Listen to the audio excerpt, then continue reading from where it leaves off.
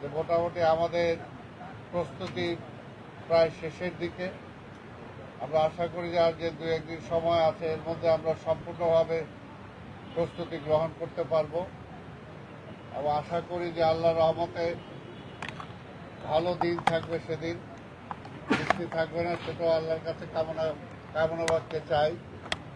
সেদিন যাতে ঢাকা শহরের মানুষ, বেশিরভাগ মানুষ অন্তত যারা ঈদগাহে নামাজ পড়তে চান মাননীয় প্রধানমন্ত্রীর সাথে, তারা সেদিন সমবেত হবেন।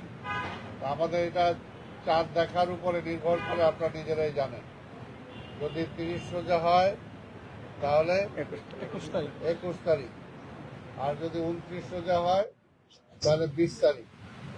এবং এটা আমাদের ধর্ম মন্ত্রণালয় সহ সবাই মিলে যেটা ঠিক করেছে যে টাইম থাকবে আমাদের 8:30। যদি বৃষ্টি টিষ্টি হয় তাহলে হয়তো টাইমের পরিবর্তন করা হবে।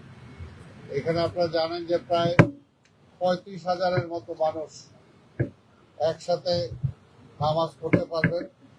তার মধ্যে মহিলাদেরও সুযোগ থাকবে, প্রায় 3500 জন মহিলাও এখানে নামাজ পড়ার সুযোগ পাবেন।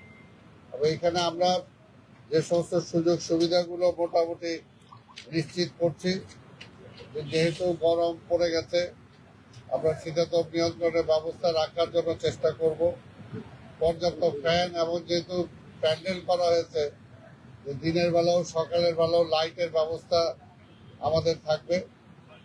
অজুখানার ব্যবস্থা থাকবে, যারা অজু ছুটে যাবে বা অজু করতে চান তাদের জন্য ব্যবস্থা থাকবে।